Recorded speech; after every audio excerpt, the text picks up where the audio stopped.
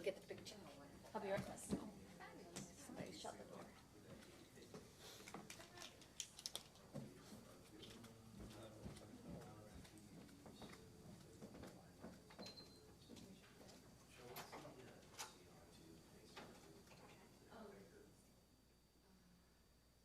I got so many this morning because I've been trying to make comparisons.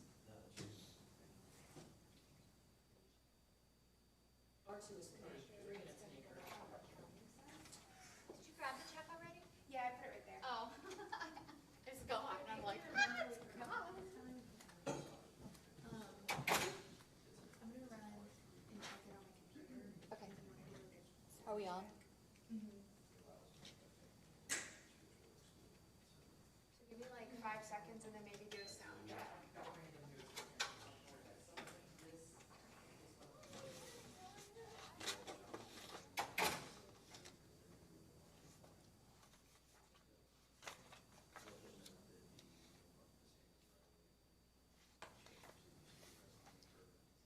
Warren County, New York. Do what? You know there's a Warren County, New York? There's all kind of Warren counties. There's, I think there's one in PA too, and I think there might be one in New Jersey.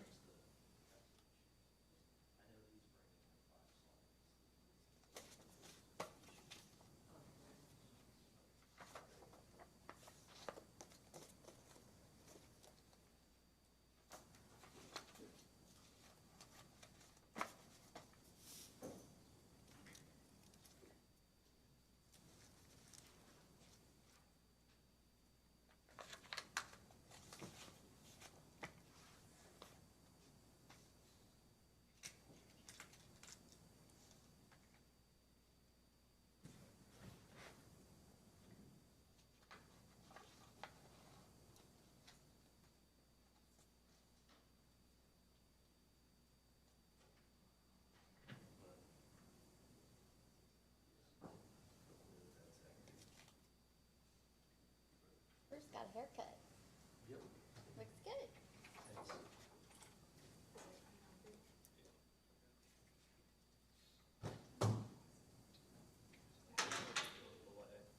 Okay, here, come see what it's doing.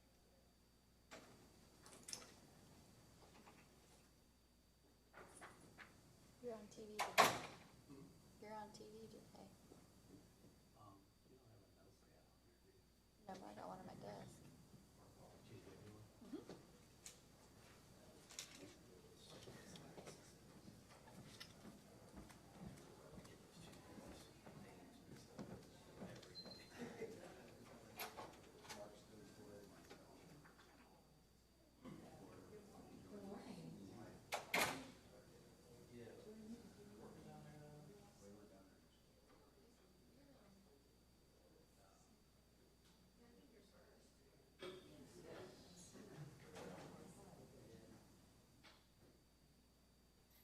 Yeah, Candace should be back in Greenwich.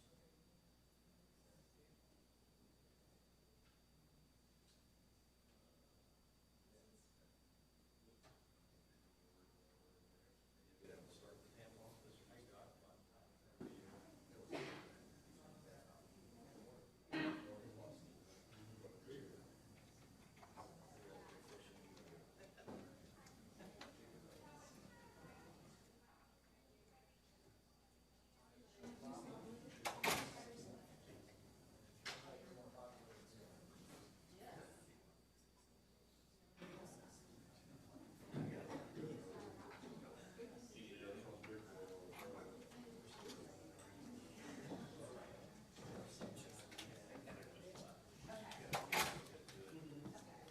It's not yellow. I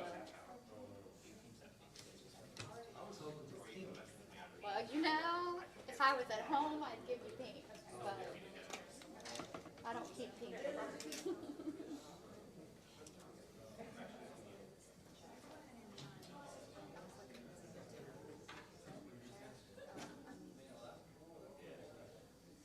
would walk in. And unmute it then, because that's what I'm gonna record.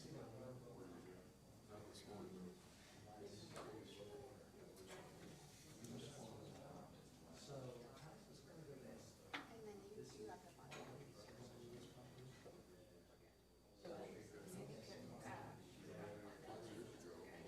good on the barcode.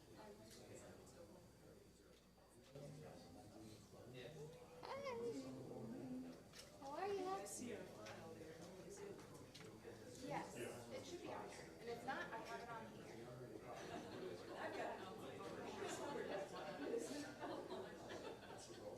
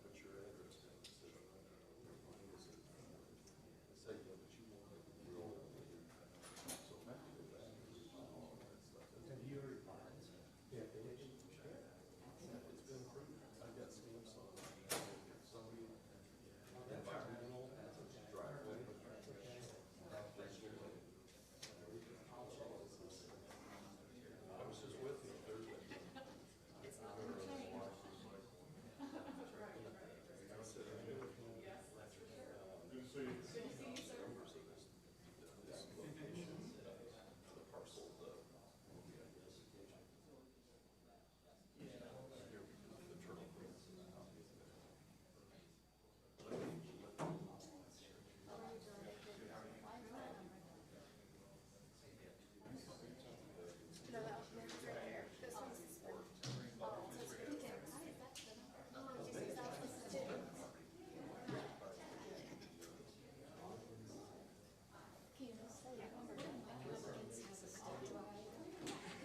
I think that there's one. Yeah, they just plug it in. Okay, sure. All right.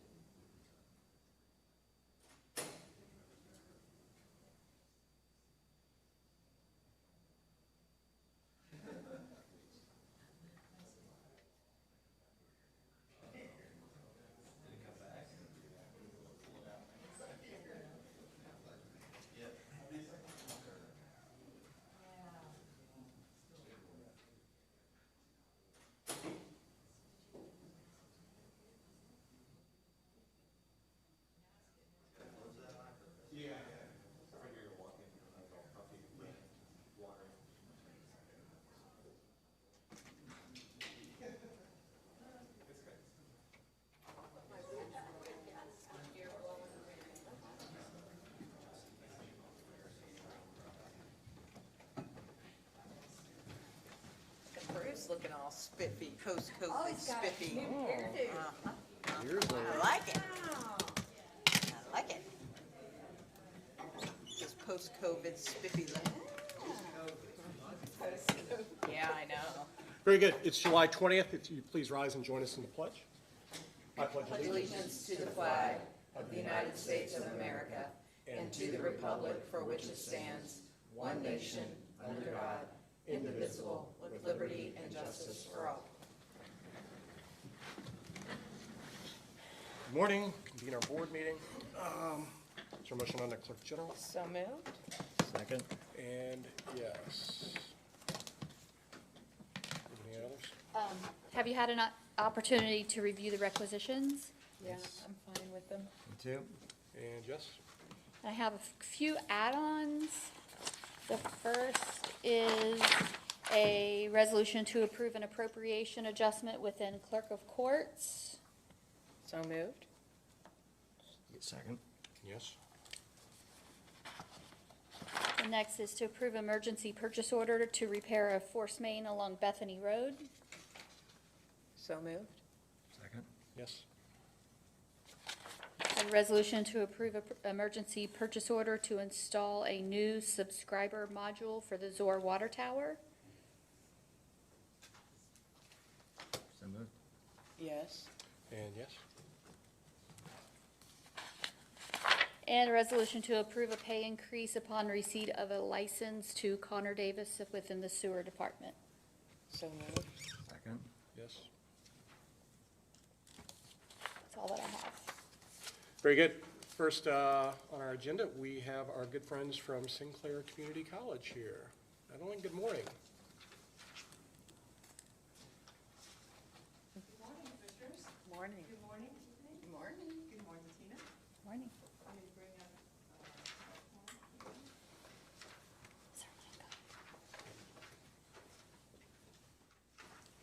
Thank you. Thank you. Oh, thank you. Good morning. I'm Madeline Isley, Senior Vice President for Advancement and Regional Strategy, and it is indeed my pleasure to be with you again to give you our annual update on the progress that Sinclair is making in Warren County, specifically at our Mason campus.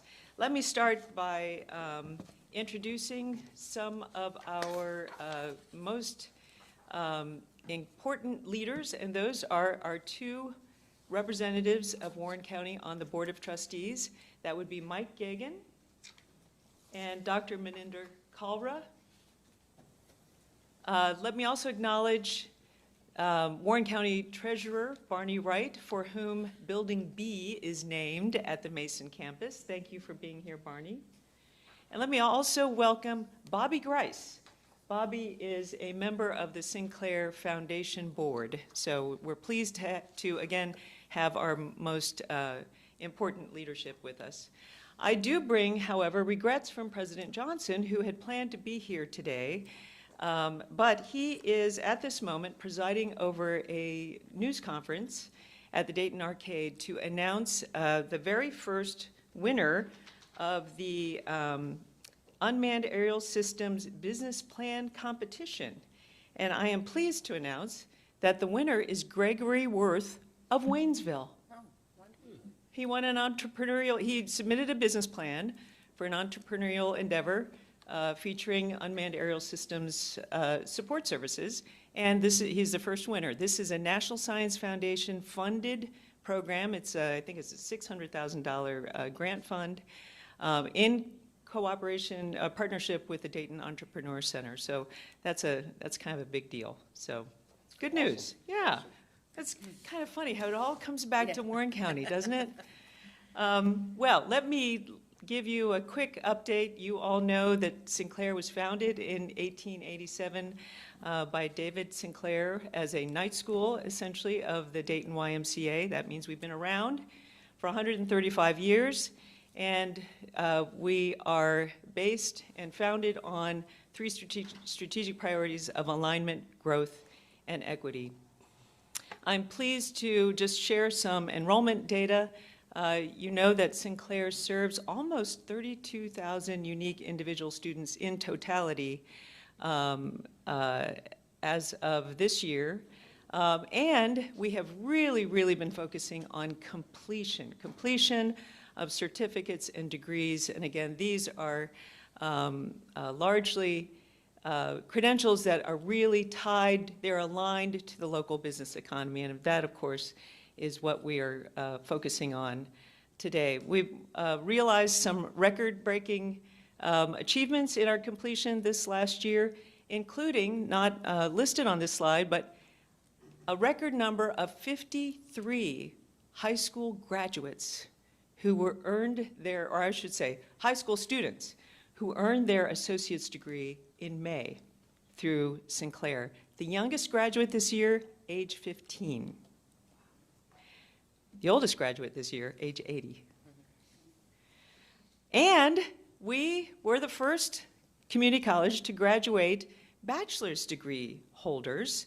4 bachelor's degree earners this year, all of them in aviation technology, 2 of them in private pilot, and 2 of them in, professional pilot, and 2 of them in unmanned aerial systems, which again is why this program that President Johnson is announcing today is so important. By the way, Gregory Worth from Waynesville is enrolled in that bachelor's degree program for unmanned aerial systems through Sinclair. Is the old DHL airport, is that still like a hub for the unmanned aircraft? Do you know about that? The DHL airport in Wilmington. Wilmington, I do believe they conduct some flights there, but I'm not sure if it continues to be the hub. I'll have to get back to you on I thought the federal that. government did some major investing there once DHL moved out. I could be mistaken, but I thought there was talk of that. There's also flights out of Springfield, and of course, actually Sinclair, in working with the Air Force, launched the first, it's called Beyond Line of Sight, BLOS, B-L-O-S, flights of unmanned aerial, of drones, which means that they're flying beyond, their visual ability to see the craft itself. It's interesting, whole new world. And now we've got Kroger delivering groceries with drones. We'll see.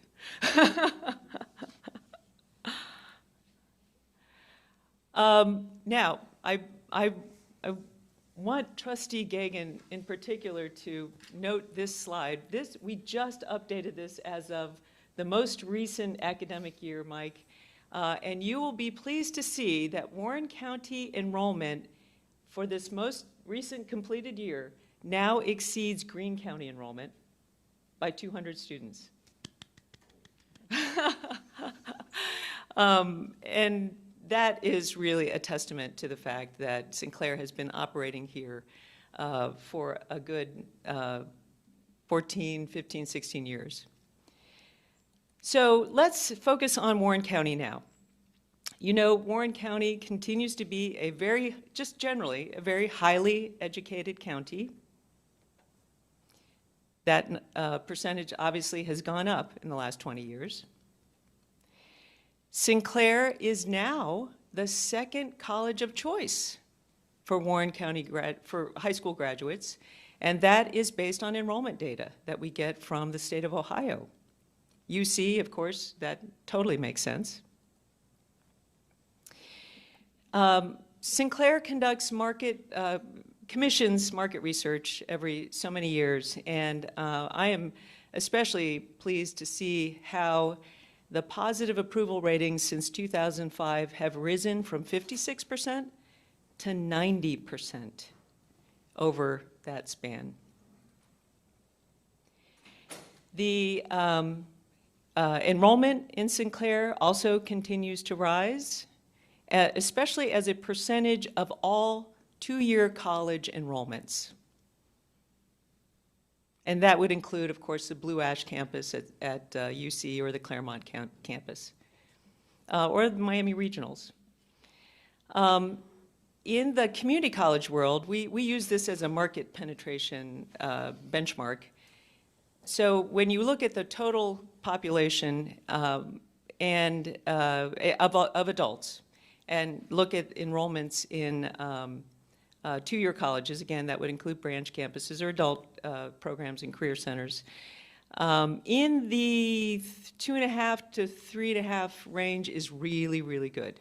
It far exceeds the national average for general population.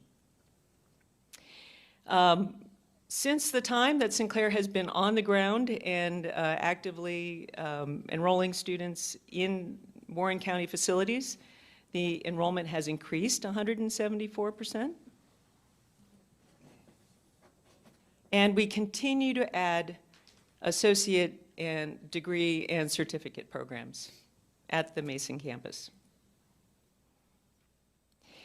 Even more significantly, the number of credentials earned by Warren County residents has increased by 700% over the last 20 years.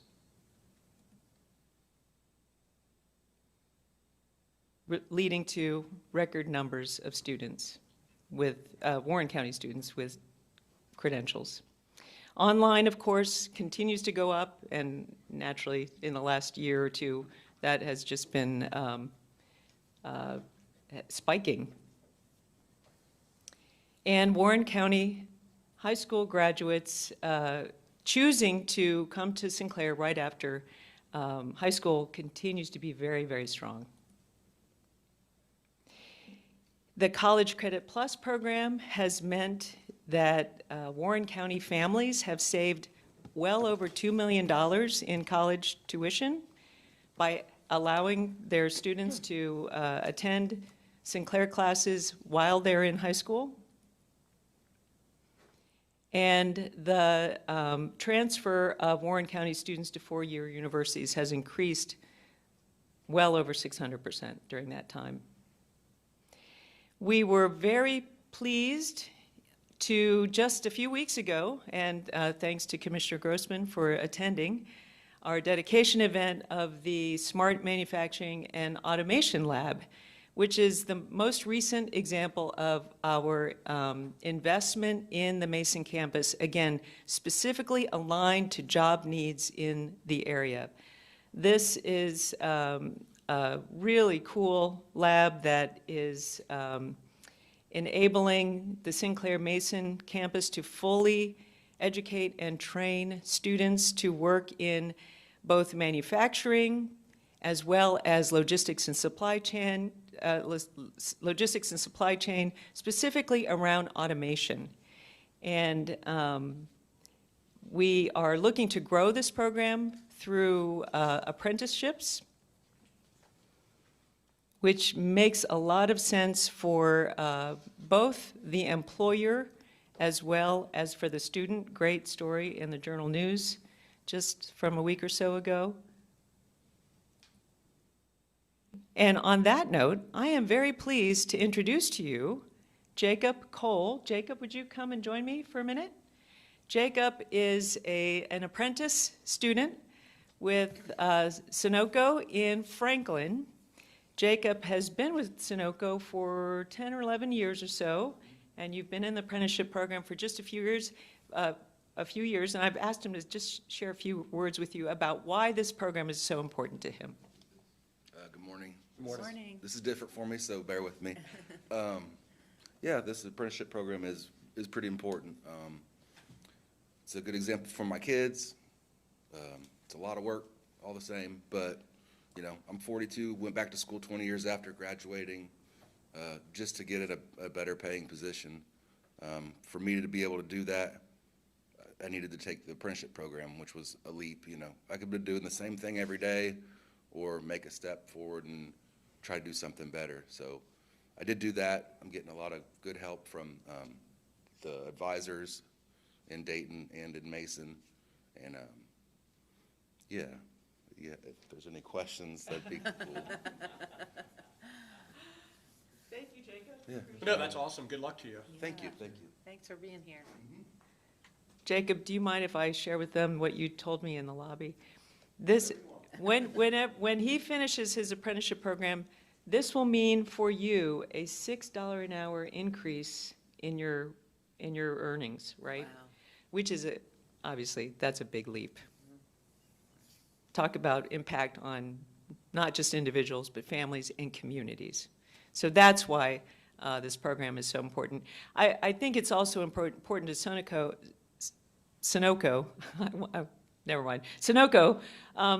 because Jacob was a trusted and tried and true employee, had been there almost a decade, and this was a way for them to invest in him and allow him to reach his higher potential in order to help them grow, to continue to grow. So it really is important on both sides of that equation. Okay, I mentioned that because one of the great adjustments we've been able to make to the Warren County Commission Scholarship is to add apprenticeships to the qualifying criteria for awarding those scholarships. And my hope is that we will be able to double the number of apprentices that we'll be able to report to you in the coming year or so. Since you have been so generous with the Warren County Commission Scholarship, it has been awarded to well over, well, gosh, almost 7,400 Warren County resident students at a total of almost, well, over $750,000. So thank you so much for your continued support of that program. Again, couldn't do this without you and your partnership, your support. Couldn't do this without being actively involved in the Warren County Chamber Alliance. Thank you, Matt. To the Port Authority for being a great partner in this endeavor, and can't thank you enough. Right. Well, awesome. Thanks again, annually, for coming up, and you have been a great partner, and I think it's really an example of tying educational services with real-world needs. And I think that's what's most interesting to me is you don't dictate what your curriculum should be. You actually listen to the community and say, what are the skill sets, what are the trades that actually are relevant in our community, and you go out and try to help connect the dots, where the supply of labor meets the demand for the jobs. That's where things really kind of coincide, and it's a well-oiled machine. So we appreciate it, Tiffany. It's been a long time. I can't believe it's been 2007. Yeah, when we first did that, it's amazing that it's been almost $750,000 now. We didn't think it was that big of a deal back then. It was like, oh yeah, we'll try to help out a little bit here. 5-year pilot. Yeah, and it's been a great program. Well, thank you. Thank you. Time flies, doesn't it? Tell me about it. So with that, do we want to go down It's and give? time for the big check. Large. Trustees, will you please come and join us? Jacob, why don't you come over and see? Barney, come on. Bobby. Mike, I didn't see you back there, Mike. Yeah, let's do it.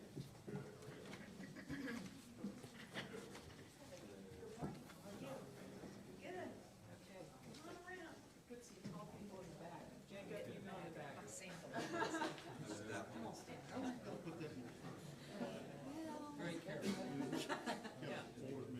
I drove a hatchback. Just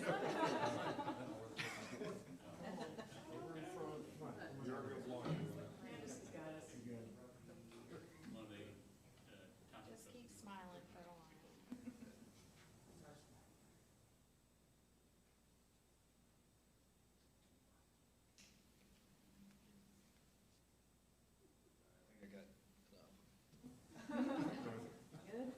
All right, thank you. Thank you so much. Nice meeting you, thanks for being here. Just set for the record, $56,200. Exactly. Good seeing you. Thanks so much. Thank you, Sir Doc. Thank you.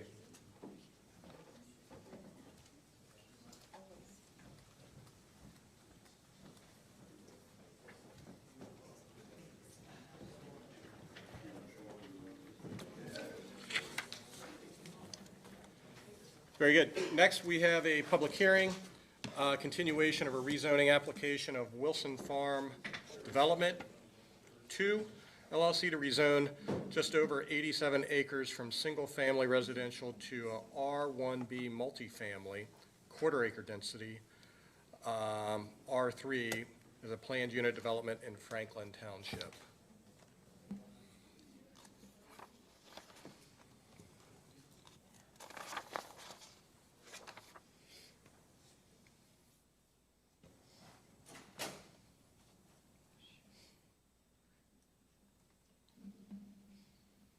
Off and on, off and on. You get better glasses. Full is real. All right. Thank you. Good morning. This is case number 2021-05. The applicant and owner, Turtle Creek Investments LLC, Arthur Frazek Trust. Turtle Creek Township. The address is 4850 North Green Tree Road. The parcel IDs are as follows. Are we doing Wilson Farms or Oh, I'm sorry. Sorry. Frasick is next, I believe? I apologize. Nope.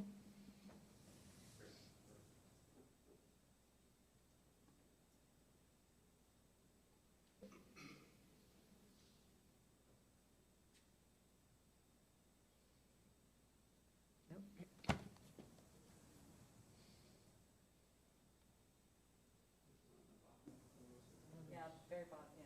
There we go. Okay, sorry.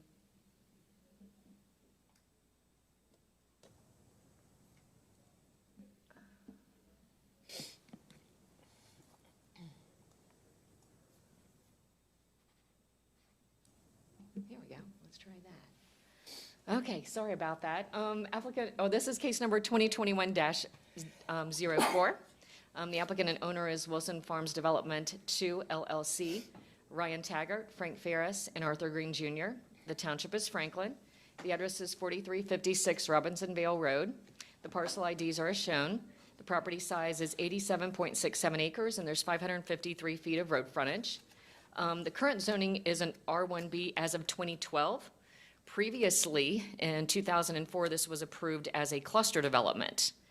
Well, we had cluster developments up until the 2012 rewrite of the zoning code. So when the new code came out, there was no longer a cluster development. So anything that was designated as a cluster went to an R1B as just a space filler. What does R1B mean? R1B is a different zoning, and I'll go into further detail how that changed. It's a Right, but one R1 acre. I mean, I'm familiar with what R1 is, but Right. okay. Yeah, R1B is a 1 acre density. So, but there's a, like I said, it's a little different than the cluster, but I think because it was what they felt to be the closest to a cluster, they gave it the R1B.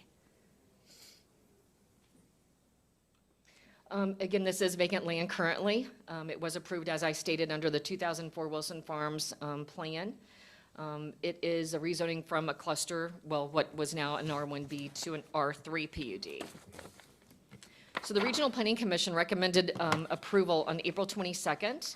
The Warren County Rural Zoning Commission recommended approval on April 27th. And then, of course, due to an advertising issue, it was continued in progress till today. This is a vicinity map showing the location. It's kind of near that corner of 123 and 122 on the east side of 75.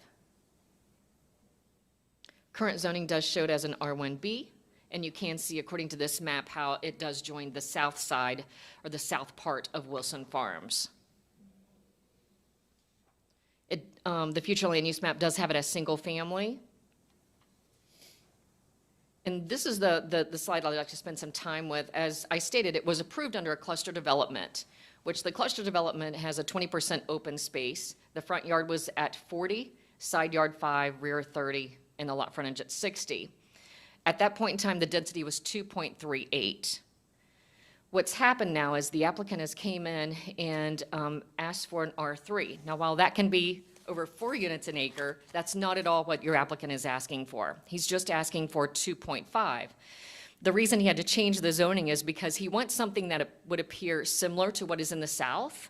So he wants it to flow from the south into the north and be, again, similar as to what is existing. So the R3 setbacks meet that the closest. What do you mean it's an approved plan? I thought it was a R1B, so there is? Well, it was actually a cluster. And so the south side of Wilson Farms was developed as the cluster with these So setbacks. you're saying an approved plan from 2004 or something? Yes, sir. Yes, sir. But then in 2012, when the zoning code changed, we no longer offered a cluster.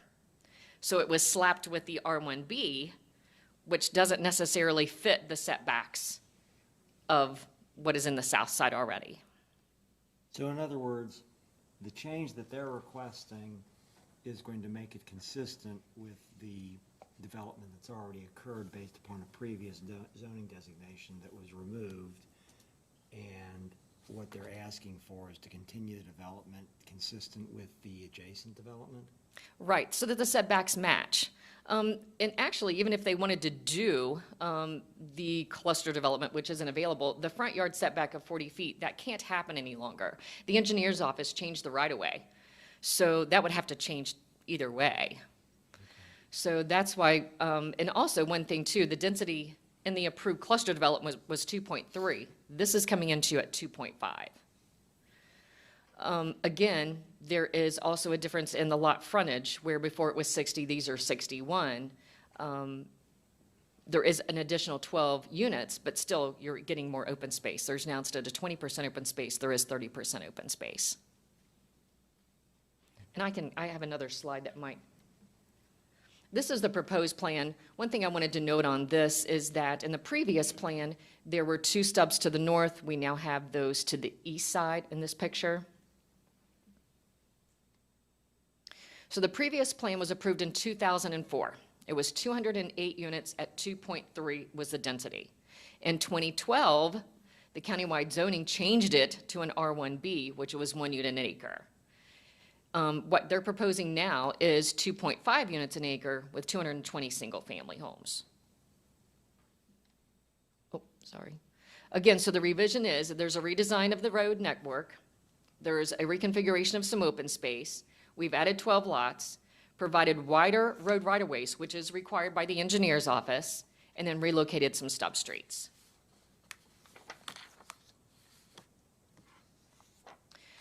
The RPC recommendation. At its meeting on April 22nd, 2021, the Warren County Regional Planning Commission Executive Committee voted to recommend approval of the rezoning to the Warren County Rural Zoning Commission with a vote of 11 yea, 0 nay, and 4 abstain, subject to the following conditions.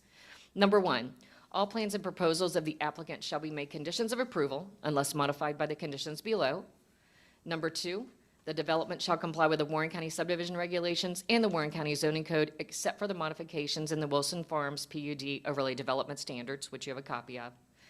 And then number 3, prior to the final plat, the applicant shall obtain access permits and perform a traffic impact study that is reviewed by the Warren County Engineer's Office. Number 4, the active recreation amenities and any phasing requirements shall be determined at PUD Stage 2 site plan. At a minimum, the amenities shall be required prior to the developers receiving final plat approval of 75% of the lots. Number 5, a conservation area shall be placed on passive open space areas, and conservation areas shall be established at PUD Stage 2. Number 6, a stormwater management plan shall be reviewed and approved by the Warren County Engineer's Office. Number 7, erosion and sediment control shall be reviewed by the Warren County Soil and Water Conservation District. Number 8, an HOA shall be established to own and maintain common open areas and entryways. Number 9, a detailed landscaping plan, along with modifications to the PUD standards to include landscaping requirements, shall be included with PUD Stage 2 submittal. Number 10, approval shall be required for the Warren County Water and Sewer Department and the Franklin Regional Waste Treatment Plant Corporation for water sewer service. And then 11, a 20-foot wide conservation easement shall be established along the northern and eastern perimeter of the subdivision, extraterritorial to the public utility easements. RZC recommendation. At their meeting on April 27th, the Rural Zoning Commission voted unanimously to approve with the following conditions, and I won't repeat those. It is the same 11 that was presented by the RPC. So in closing, this was already going to be a neighborhood. What they did because of the zoning code change is they went through and they picked out what they felt was the closest to make the neighborhood similar. Mr. John Delverne is here as well, and I'm sure he would like to speak with you. Also, I know that Ryan Taggart is here and maybe some others, and they might be able to add comments to this. Tell me about the contiguous area around it. Is it high density? Because this is very high intensity development. What's around this? Yeah, to the south is Wilson Farms, the south part. So that was already established. It started in 2004. It's pretty much built out now. And so this would just be a continuation of that. It does, this particular part will have an entrance on Robinson Vale. So you're familiar with Robinson Vale. It has some smaller lots and some larger lots, a lot of mixed through there. Did Franklin Township have comment on this? I haven't heard, when it originally started, I spoke with Tracy and she said they were for it. then I've heard back and forth, but I haven't heard from her since, and I don't believe that she's here. I don't believe that she's here today.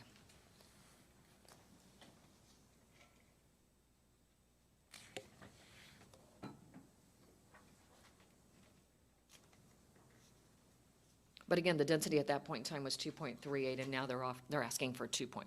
Well, you keep going back to 2004. That's not the current zoning.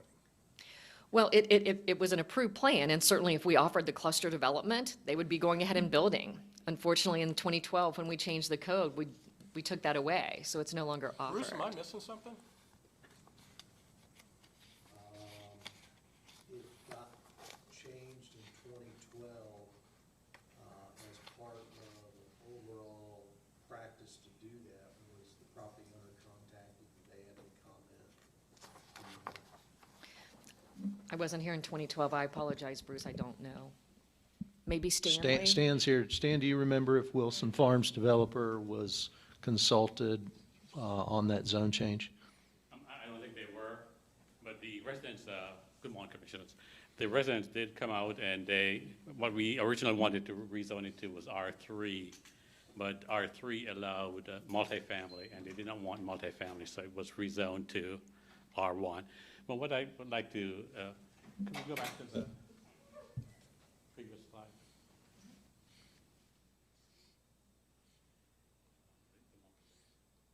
Yes. This one? What I'd just like to let the commissioners know is that this plan, the approved plan, is actually what they can develop now. So this is approved, and they can develop at this density. Which is 2.38. Which is correct, yes. Even though zoning Correct, yes. isn't. Even though there is zone, this plan is locked in. It's not. Because it was previous. So there is no discretion, so that was an approved plan, so just because we changed zoning doesn't mean they can't go ahead and do it. And your gross increase, changing the zoning today results in 12 more lots is all. It's really as close as it could be to the original zoning under our current zoning scheme. If this is not approved today, they can still build at this plan. Okay. Developers, any comments?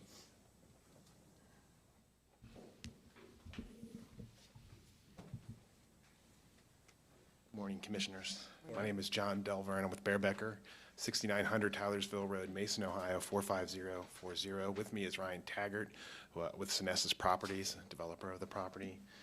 I do have a short presentation.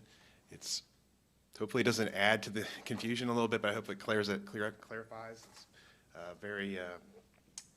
It's it's very pertinent to the discussion that we've had here. Probably should close this.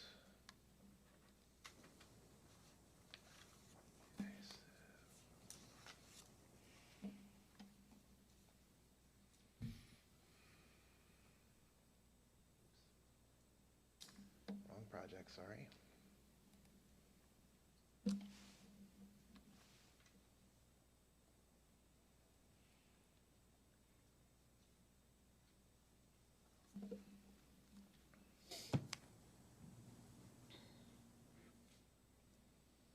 Okay, all right, thank you. Well, what I would like to do is just kind of bring you through the history of the project, as there is project history. This is not a new project. This is an existing project that we've continued to build and develop since 2004. As was mentioned earlier, the current preliminary plat was approved in 2004. It was developed under the former cluster development guidelines. Also, it's been referenced the former subdivision regulation, so the right-of-way on the street's a little different, so the front yard setbacks measured a little different today than it would have been in the past. But we do continue to develop this plan. The original Wilson Farm Addition plat is outlined in blue on the screen. It did contain 362 approved lots. They were a mix of 60s and 75s and 85-foot lots. Front yard 40, side yards varied by lot size between 5 and 9, and the rear yard was 30. Again, there was 20% required open space, and 23.2 was on the original plan. So as we said, this is an existing project. The area in yellow, those lots exist on the ground today. It's about 93 lots. The area in blue is what we're calling Wilson Farm Section 6. On the original approved preliminary plat, there were 61 lots in that area. We plan probably to start to build those maybe sometime this fall. The construction documents are already approved for this area. So that leaves the remainder of the property in green. Consists of about 208 lots. This is the area, this is the approved plan. And this is the area that we're bringing back as a redesign.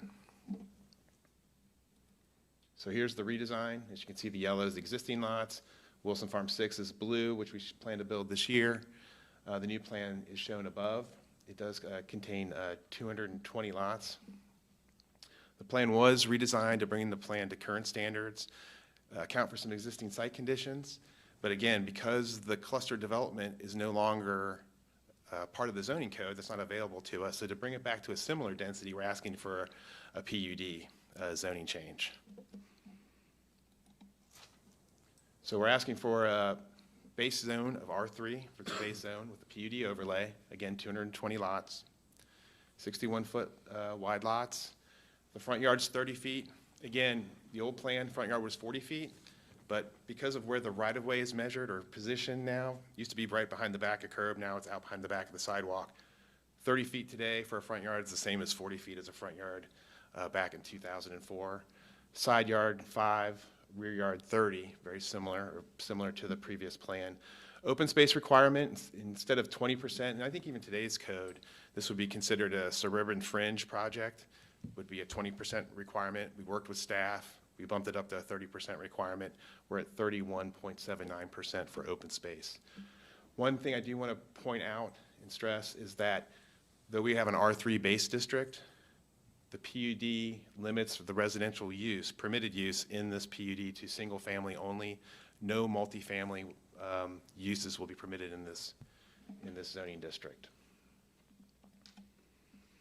This is a blow up of our new plan. It features open space, which right here is a 1.5 acre pocket park, centrally located. There's some open space fingers kind of running north and south to provide additional pedestrian access to the open space or the pocket park. Then there's open space proposed along the north, the east, and the south perimeters of the project. 3 stormwater basins are proposed. They're kind of highlighted in blue here, as you can see, to manage the stormwater runoff from the project. Access is from proposed or existing Jenny Marie Drive, the future extension of Wilson Farm Boulevard, and a connection to Robinson Vale Road. A traffic impact study has been prepared. It was submitted in June 3rd to the Warren County Engineer's Office for this intersection. The study does recommend a southbound left turn lane on Robinson Vale Road. We haven't received comments back or review comments back from the county, but I don't expect those recommendations to change. They're very similar to the recommendations that were found in 2004. The thoroughfare plan calls for Wilson Farm Boulevard, Street B, which is this street along the east side, and then Street A along the north side here to be a collector road. One change is that Street A was not shown on the thoroughfare plan in 2004. So the collector road is just a wider road. It's like 3 lanes versus 2. So we did incorporate the wider road into this plan. And then finally, the project is served by Warren County Water and Sewer District. We do have capacity available to serve the project. So with that concludes my presentation. And if you have any questions, I'd be happy to answer them. Do you accept all the conditions? Yes, we do. How long do you think it'll take for you to build out this new area? Ryan, would you? 5 years?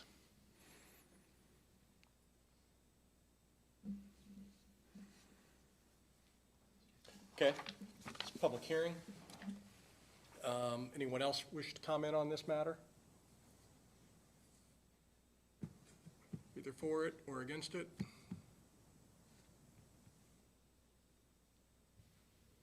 Bruce, anything else we should be thinking about? I don't think so. Is there a motion to close the public hearing? So moved. Second. Yes? It's a pleasure of the board. I move that we accept the rezoning application with the 11 conditions put forward. Second. I officially would have been against this if this was a straight rezoning of 1 acre density over to 2.5 acre density. I would not be for this, but since you were already approved back in 2004, I will say yes. Very good. Got your approval. Thank you. Good luck with the project.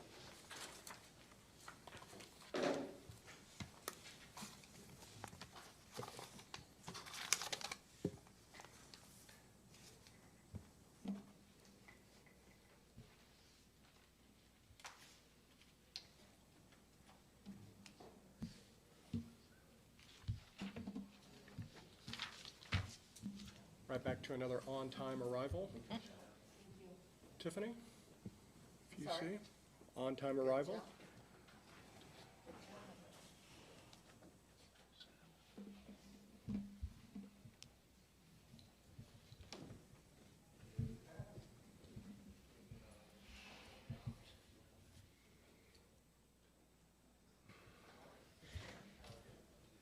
What am I doing now? Make sure I do this right.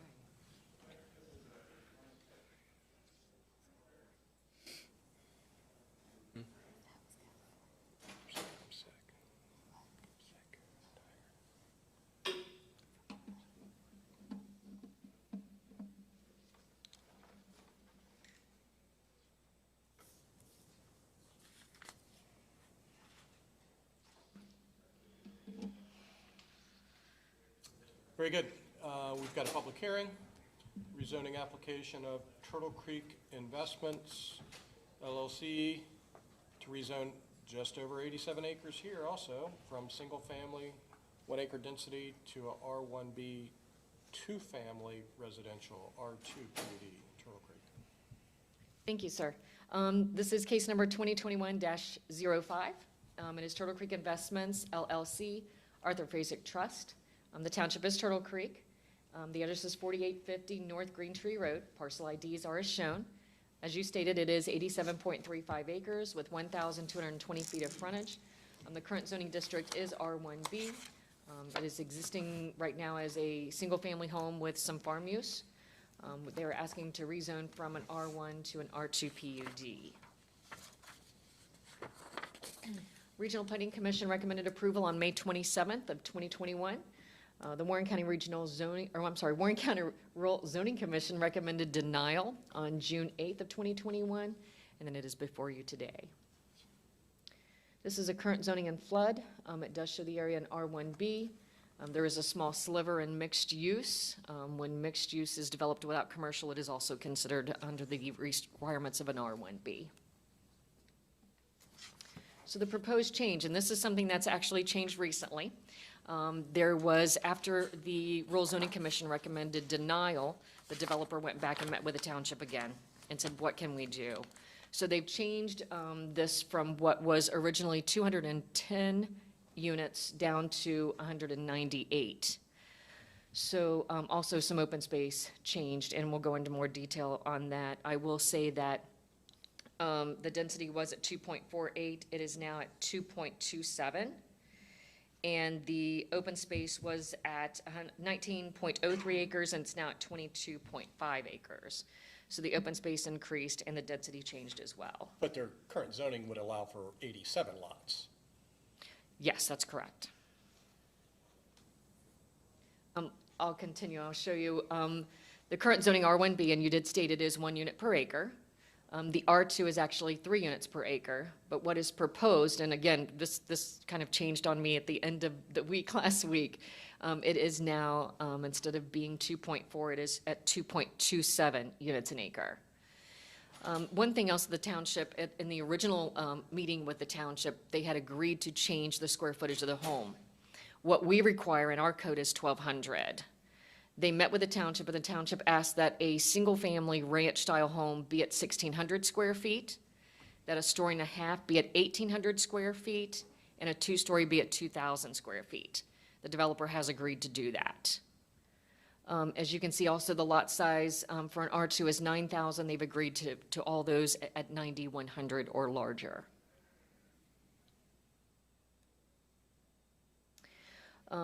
This is some of the densities in that area. I thought this might be helpful. Again, this was proposed at 2.48. After meeting with the township, they've decided to come back, and they're also going to meet what is next to them at the 2.27. So you have, going from left to right, 2.25, 2.27. This property then would also be at 2.27, and then 0.207. Of course, then you get into Shaker Run and vistas of Shaker Run at a higher density. But the PUD standards also state that this will just be single-family. There is no multifamily in this. So at its meeting on May 27th of 2021, the Regional Planning Commission Executive Committee voted to recommend approval with the following conditions, with a 12 yea, 1 nay, and 0 abstain. 1, that all plans and proposals of the applicant shall be made conditions of approval unless modified by the conditions below. Number 2, the development shall comply with the Warren County subdivision regulations and the Warren County zoning code, except for the modifications in the R2 PUD overlay. Number 3, prior to final plat approval, the applicant shall obtain access permits and perform a traffic impact study that is reviewed and approved by the Warren County Engineers Office. Number 4, the RPC Executive Committee recommends an access point reduction for access points required from Green Tree Road, and that has been done. Number 5, active recreation amenities and any phasing requirements shall be determined at PUD Stage 2 site plan, and at a minimum, the amenities shall be required prior to the developers receiving final plat of 75% of the lots. Number 6, a conservation area shall be placed on passive open areas, and conservation areas shall be established at Stage 2. Number 7, a stormwater management plan shall be reviewed and approved by the Warren County Engineers Office. Number 8, erosion and sediment control shall be reviewed by the Warren County Soil and Water Conservation District. Number 9, an HOA shall be established to own and maintain common open areas and entryways. Number 10, a detailed landscape plan shall be included with the PUD Stage 2 submittal. Number 11, prior to the Stage 1 approval by the BOCC, the applicant shall submit revised PUD standards that state no fence, air conditioning units, patio, or other types of obstructions are allowed within the side yard setbacks. That has been done as well. Prior to PUD Stage 2 approval, the applicant shall verify sewer service and approval from the Warren County Water and Sewer Department and the Butler County Water and Sewer Department. Number 13, prior to PUD Stage 1 review by the Zoning Commission, the applicant shall revise the site plan to illustrate a multipurpose trail that stretches from the eastern property line to the western property line, parallel to Green Tree Road, and the trail shall be consistent with the recommendations of the LTTI plan, and that has also been done. RZC, at their recommendation on June 8th, the Rural Zoning Commission voted to deny the request with a 3 yes and 1 no vote with the rezoning from the R1B to the R2 PUD at 4850 Green Tree Road. I will also want to make a note that that recommendation was made at the 2.48 density, and since that meeting, it has changed to the 2.27. For the minutes of the Rural Zoning Commission provided in the commissioners' packets. I believe so. Okay.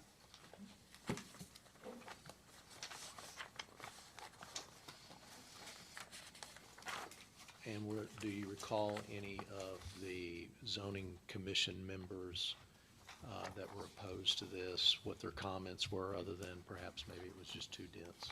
Density was the major issue. Okay. And I see Mr. Trustee Jim Vandergrift is here, if you'd like him to speak as well. Do you have any comments, sir? Jim, good morning. Come on up.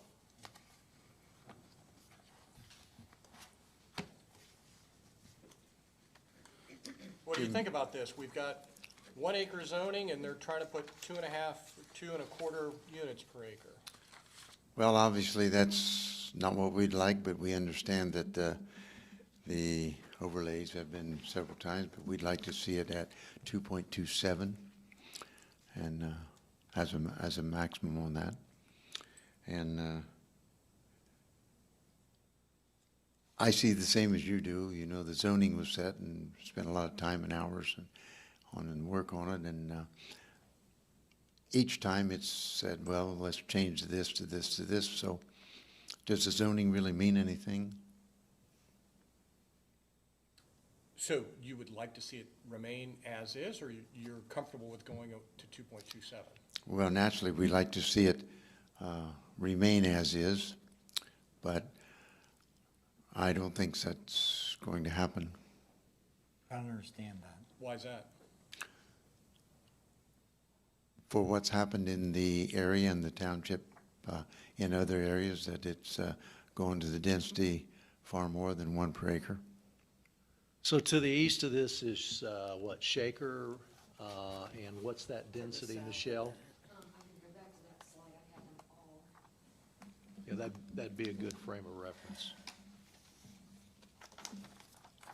It's 2.83 in Shaker Run, 2.29 is the area to the east, and then there's 2.27 per acre to the area immediately to the west.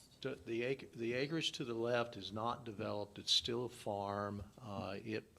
That density was determined pursuant to litigation that we had.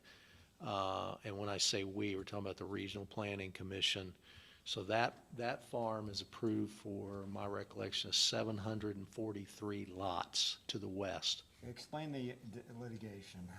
So in other words, they wanted to get around the then current zoning and they took litigation to change the density? No, zoning was not an issue in the litigation. The litigation was that the Planning Commission required the developer to put a thoroughfare through the development, which the court found the Planning Commission had no authority under its rules at that time to do. And as part, the Planning Commission was sued for, my recollection, $5.5 million. The case went up to the Supreme Court. It took 4+ years to resolve. The case was resolved through mediation, and part of the settlement was the number of units was part of the settlement agreement as to what the Planning Commission would be required to give them in a preliminary plan approval, and that was 743 lots. So what was the number of lots that were available to it before that settlement? I don't remember what it may have been under cluster. Do you remember, Stan? Yeah, so it was zoned R1, but it was cluster zoning, so they were gonna get that density under cluster zoning, as we just saw in the previous case, what cluster zoning did at that time. All right. So is there any basis when, I think your point is that this entire area has a density that is typically at this point at least 2.27, if not higher. Yes. And is that, Bruce, have all those increased densities been approved by, by changes in zoning? Well, the one to the west was allowed and pursuant to a settlement, so we're stuck with that one.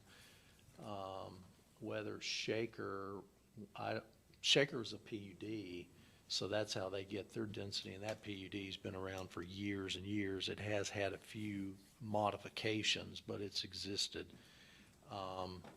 So this is stuck right between that, in that area. And the one that says 2.29 to the east, how did they get that? Is that part of Shaker? It's not the same subdivision. Trails of Shaker Run, sorry, Trails of Shaker Run. Which is part of that PUD that's been around, 20 or 30 years?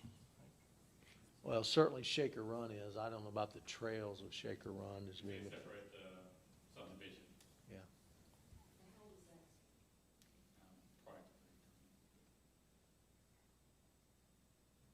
Okay, thank you. Thank you.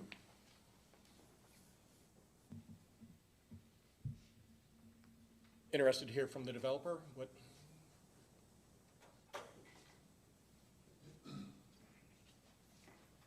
Thank you, Commissioners.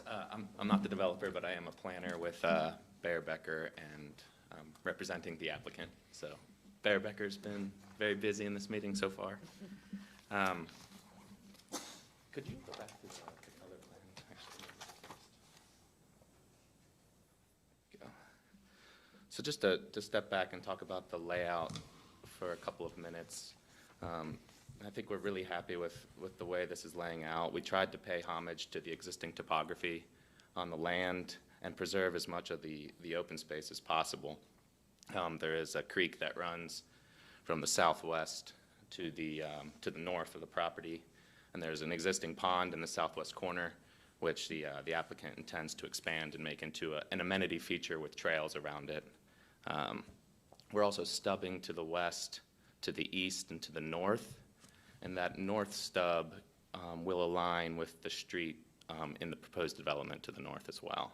And we intend that the trail system that runs through the open space would tie into the trail system that is a part of that development to the north as well to improve the pedestrian circulation and the quality of life in the development. In terms of stormwater management, the majority of the site will drain to the southwest corner. Can I ask you a question? Sure. About the development to the north? Is that already developed, or is it planned development? It's not built yet, is that correct? And it's planned to be built. It's planned and it has been approved. Yeah. So this, in essence, is a block of land in between high density all around it, to its east, to its west, to its north, and to its south. That's correct, yes. And so the objective is to tie into the existing fabric of what is proposed and approved on the surrounding properties. And with that being said, that's why the applicant is asking for a PUD. They get the increased density, but in appreciation of that favor, they're giving open space back essentially. So this will be a conservation easement. There's 20% open space that's required as part of the PUD. This plan has over 25%, and they intend for that to be a passive, active open space with trail systems that would connect to a multi-use path from the south that runs along Green Tree Road, which is part of the Lebanon Turtle Creek Trails Initiative plan. So it's in alignment with that plan as well. Does it even have sewers? On Green Tree Road? So are these Warren County sewers or Butler County sewers? Warren. Butler. Butler County. Butler County. Butler County. Michelle, I saw you made a comment about 2 different sewer districts. Is that? We always ask, whichever way they end up going, we always ask that we have a letter by stage 2 stating who's going to be providing that service. Yeah, in addition to that, the traffic study will be completed and submitted as part of the stage 2 submittal as well. This plan does require a reduction in access off of Green Tree Road. It would typically require 2 access points, but given the nature of the sight lines and the existing curb cuts to the southwest corner and the southeast corner, just didn't lend itself to two access points. So the Warren County Engineer's Office did approve of that reduction in access points into the site. We also think it's in alignment with the comprehensive plan, especially in regards to the preservation of the open space on the site. The future land use plan, which designates it as single family, and like was stated before, it fits into the surrounding densities that are approved on the surrounding properties. The thoroughfare plan, it's in alignment there. The right-of-way along Green Tree Road is shown for future expansion if needed.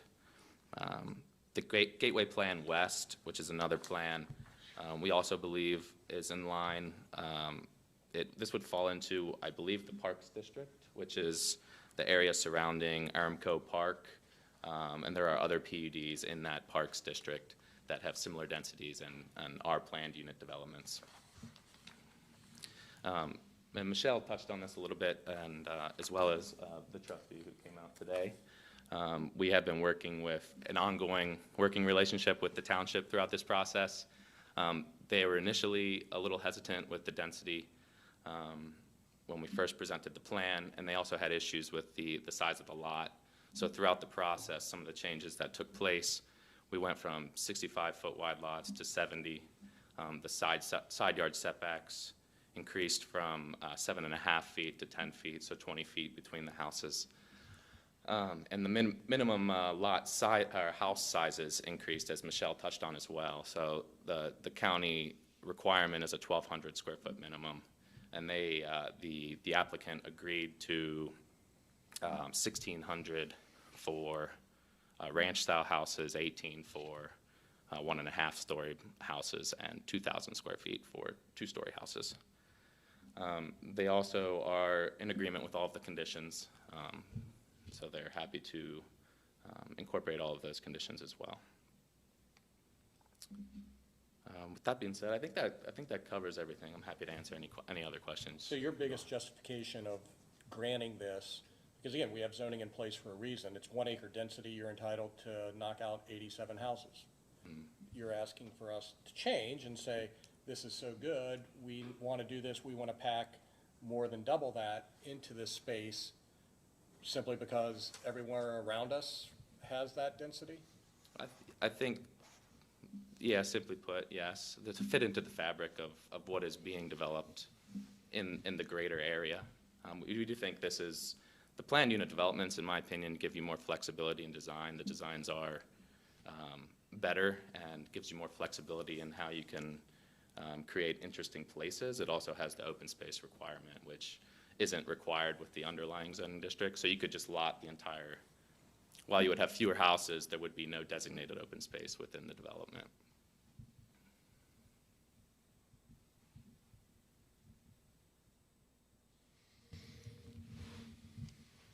Anyone else wish to speak on this matter?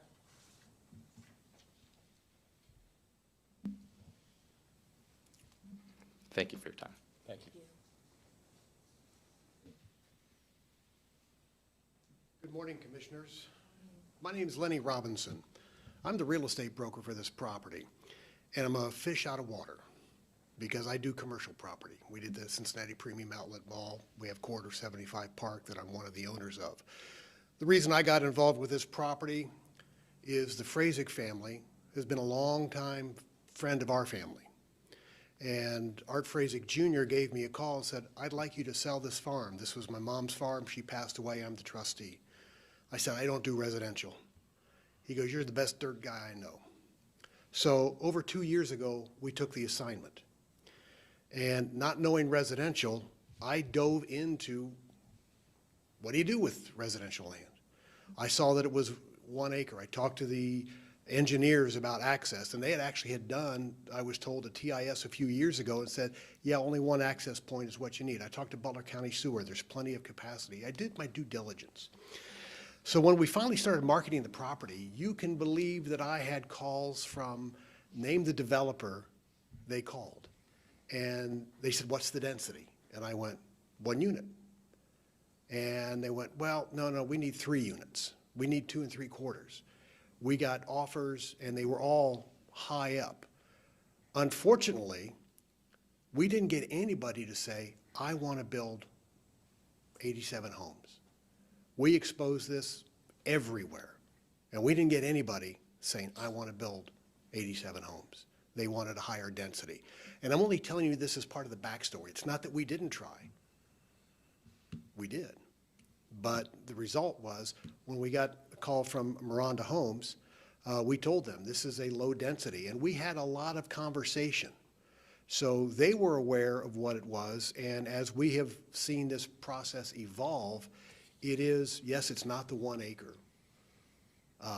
But looking at it, and I was part of the Monroe housing study, and while we're kissing cousins to Monroe as far as distance and what that report said, this does fall into closer to what Monroe was looking for as far as bigger homes. Is it the biggest home? No. And I wish we could have gotten you 1 unit per acre. Those people aren't there. What that would take is, as I learned, and so please don't expect me to be an expert here, but what I learned was, if you're in that size of a house. Let's say you're going to be on 3/4 acres lots, you're going to lose 15% of your land to green space and infrastructure and whatnot. At least that's what I learned. So you're going to have 3/4 acre lots. Now you're into a custom home situation. We couldn't find a custom home builder that would want to take down 87 acres. Well, give us 10 acres, we'll do it. So we couldn't find a buyer to take this big of a site and make it into 1-acre lots or 87 homes. It wasn't for a lack of trying, but working with Miranda Homes has been good. Their plan, they have given us several iterations, and the one that Baron Becker has now looks pretty darn good with all the open space and preserving the stream and the ponds. I just wanted to give you the backstory. It wasn't like we're just trying to sell it to the first person that comes down the road. There was a lot of work and effort that went into here, and Miranda was the best choice that we were able to find. So I'll be happy to answer any questions on the marketing of it. Don't ask me anything about sizes and so forth, because I can't help you on that. Are you the owner of the property? No, right now? I am simply the real estate broker. Okay, so is the owner the applicant? The applicant would be Art Frazek Trust, yes. And they own the property? They own the property. And it's not that they have a contract on the property, they own the property? They own the property. Yeah, this was in the estate, it's the estate of, I believe, Mary Frazek. This is where she lived, and then she passed away about 4 or 5 years ago. So Art Frazek Jr. is the trustee of the estate. All right. So it's under the name of Turtle Creek Estates, LLC, I think is what it is. Thank you. Thank you. Anyone else wish to speak on this matter?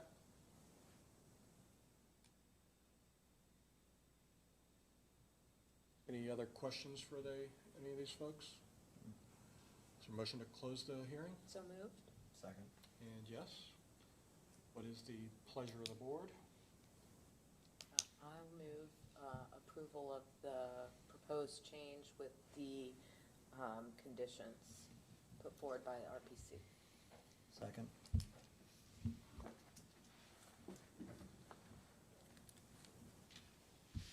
Roll call? Commissioner Young? Yes. Commissioner Grossman? Yes. Commissioner Jones? Yes.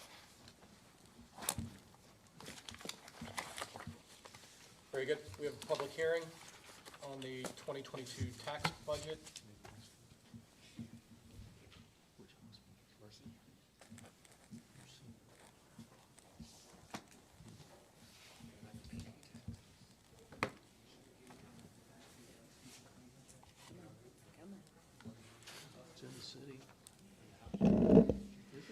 Joke around with Michelle. I feel bad. She had to keep on coming up and down with her foot.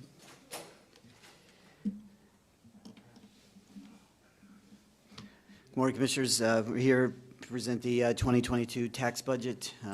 Push this back until today.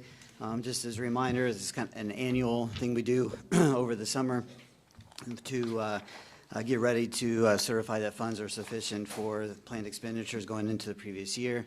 Obviously, we'll stand in front of you towards the backside of the fall or in the winter with the final budget, and we'll go obviously in a lot of work sessions depending on how you'd like to meet with fellow elected officials or department heads under your direction.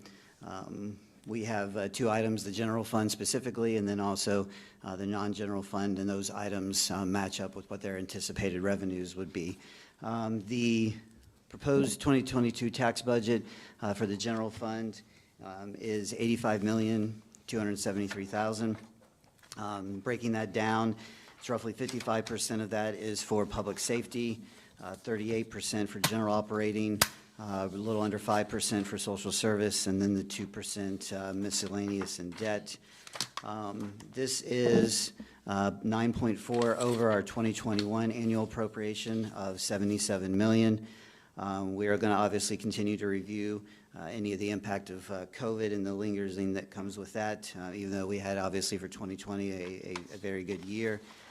We've still kind of worked with our staff relative for this year for essential new hires, any needs that they specifically had, and then obviously we'll keep track of what goes on for the 2021 revenue and then get direction from you as the board as we head into the 2022 cycle here in the fall.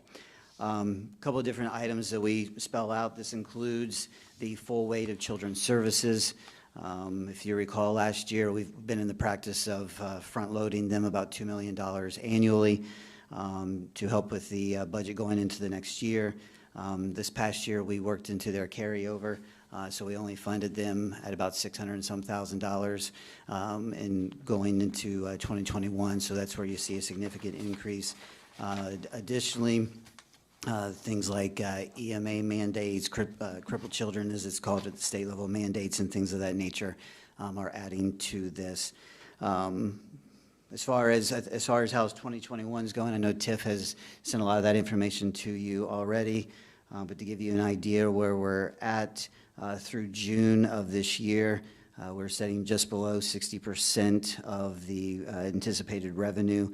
If that trend holds, we were expecting about $80 million to come in. We'll be in that range, roughly 94, 96 million if the trend holds. And from the expenditure side, where we'd be at 50%, we're only at 42.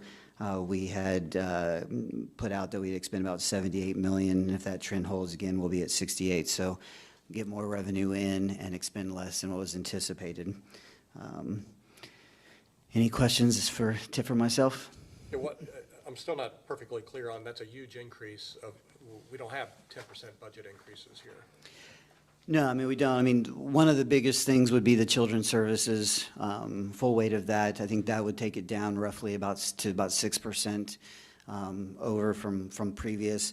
You have things in there where there's additional from the fact that there's the election of 2022. So in 2021, you didn't have that election. You have that increase coming through.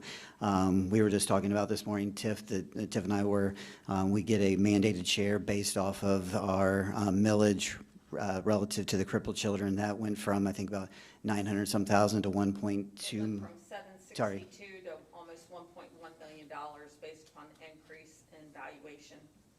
Right. That's the ceiling. That's not, we're gonna spend that. It's based upon the applications that the state gets, and then we actually reimburse the state for our percentage of those children who qualify for those services. And there's some natural increases that you'll have where departments will put in for, facilities maintenance. So Director, I'm really curious about the increase in expenditures that we're anticipating in operating the new jail. That's correct. We have not, I mean, that's, all this other stuff That's is, they're correct. rounding errors. Right. The big piece is we built a new jail, we've built new courts.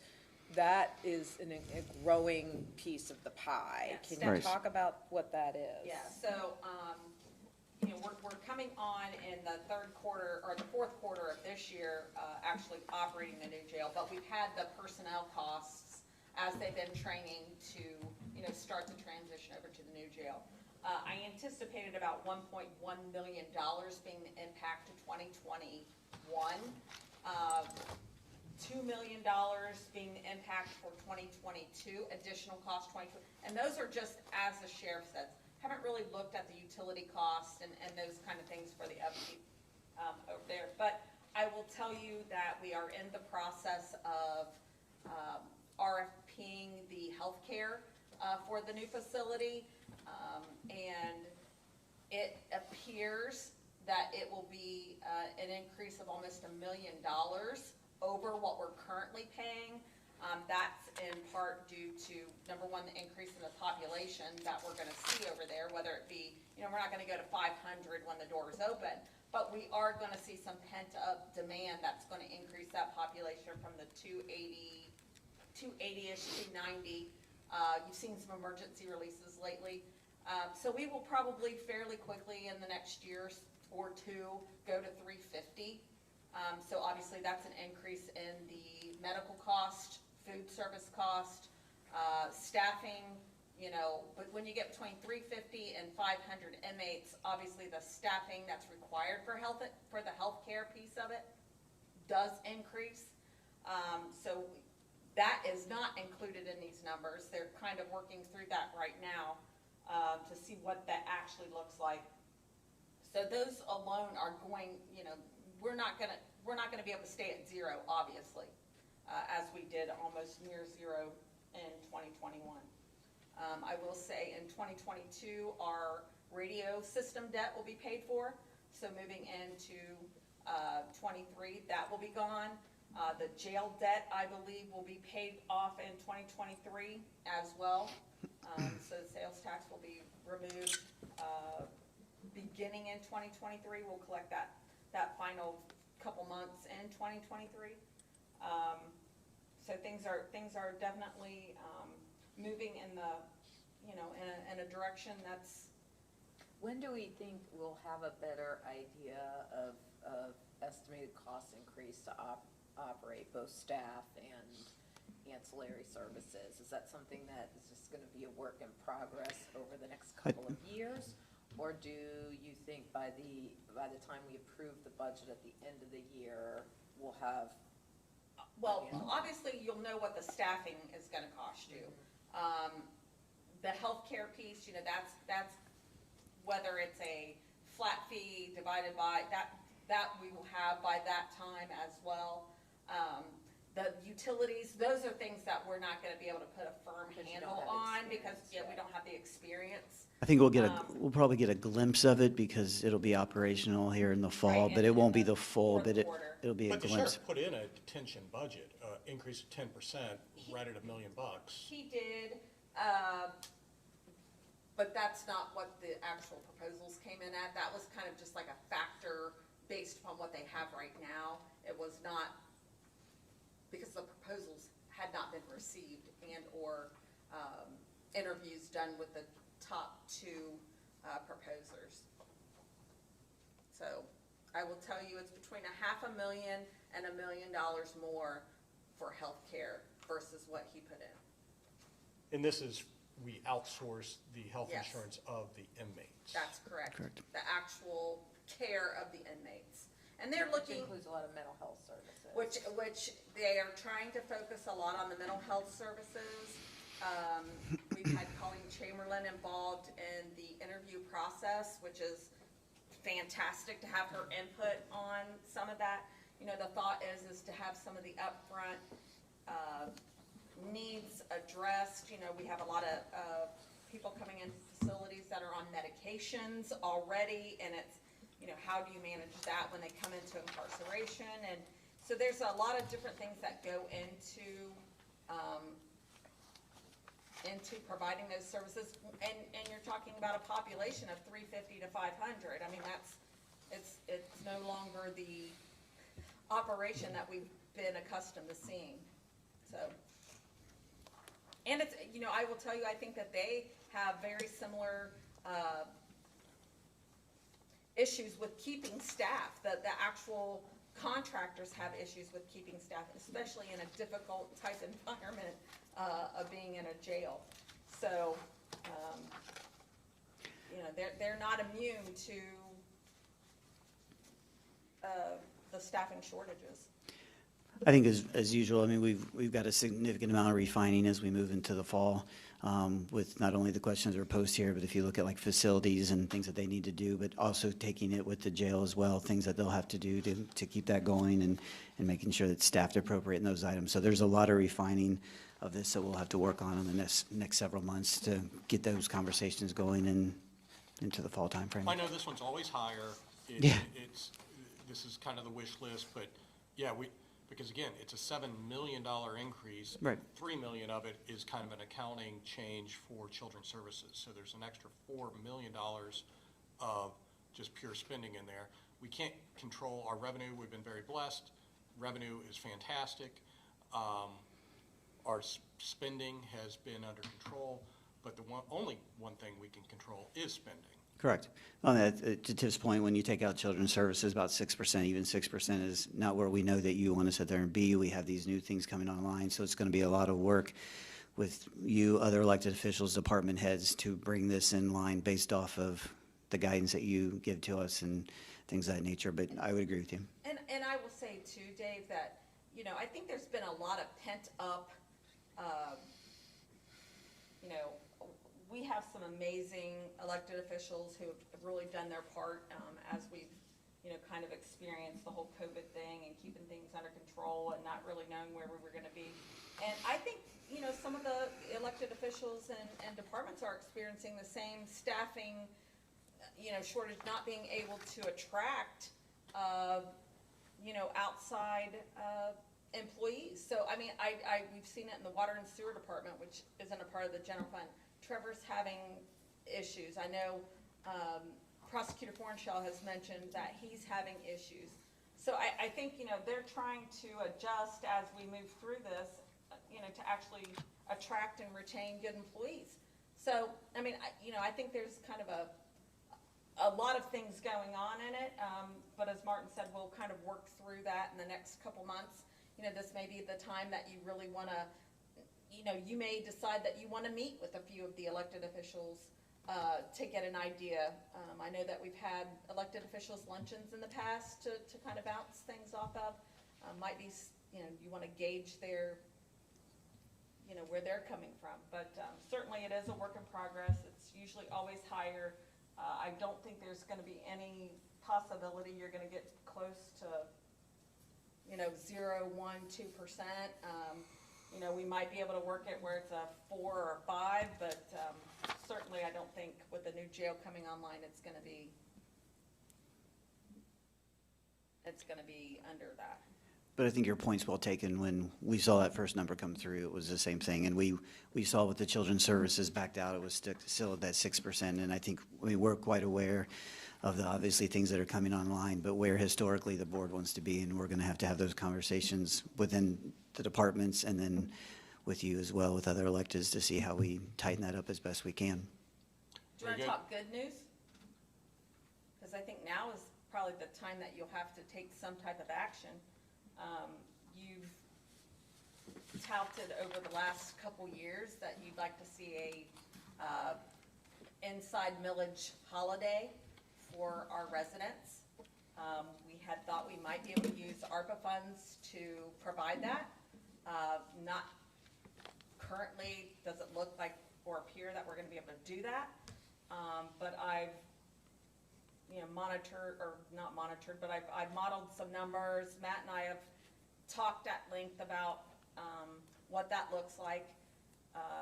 And I think that just purely we will be able to we will be able to holiday, as this isn't a permanent solution or a permanent action, 100% of the commissioners' inside millage for 2022. Yeah, this has been something we've been trying to get to for some time. We've discussed it at length for some time. This board has been very cognizant of trying to reduce taxes, and we knew there was a lot of demands, and I think this is the time that we can ask our chief financial officer or the auditor to come up and talk about this too, but we're very cognizant of a temporary tax reduction or anything like that, because the second the tax rate goes back up, then, oh, you just increase my taxes. No, that's not what we're going to do. What we're going to do is simply not collect the taxes for a 1-year period. Correct? That's correct. And see how that goes, because we have been so incredibly fiscally conservative. And that's one of the things that we always talk about, and people always ask, well, you know, how is Warren County so different? Why is your finances so good? You're in the best shape of any county in the state, maybe the nation. How do you get there?